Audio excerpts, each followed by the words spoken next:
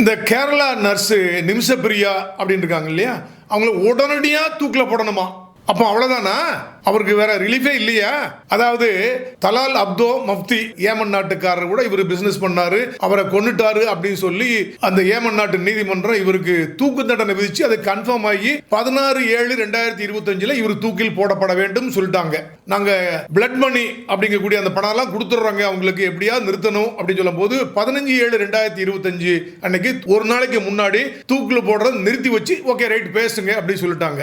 அந்த இறந்து போன சகோதரர் அப்துல் ஃபத்தா மஃப்தி அப்படிங்கிறவர் ஏங்க நாங்க எப்பங்க நாங்க சமாதானத்துக்கு வரேன்னு சொன்னா, எங்களுடைய அந்த குவாசி லா காட்ஸ் லாங்கிறது tooth for tooth blood for blood அப்படிதான் சொல்லிருக்குங்க.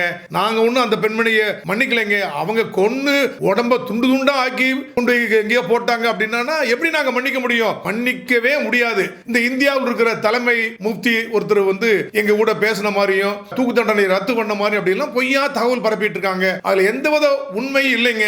இப்போ நாங்க எல்லாரும் கஞ்சி கேட்கிறோம், நாங்க எந்த விதமான காம்ப்ரமைஸ்க்கு ரெடி இல்ல, பிளட் மணி நாங்க ஏத்துக்க போறது இல்ல, உடனடியாக நிமிஷப்பிரியாவை தூக்கிலிடும் தேதியை நீங்கள் அறிவிக்க வேண்டும் அப்படின்னு சொல்லிட்டு அங்க உள்ள மேஜர் ஜெனரலுக்கு ஒரு கடிதம் எழுதிட்டாங்க. அவ்வளவுதான், இனிமேல் ஒன்னு நோ மோர் மெர்சி நத்திங், தூக்கிலிட வேண்டும் அப்படின்னு சொல்லிட்டாங்க.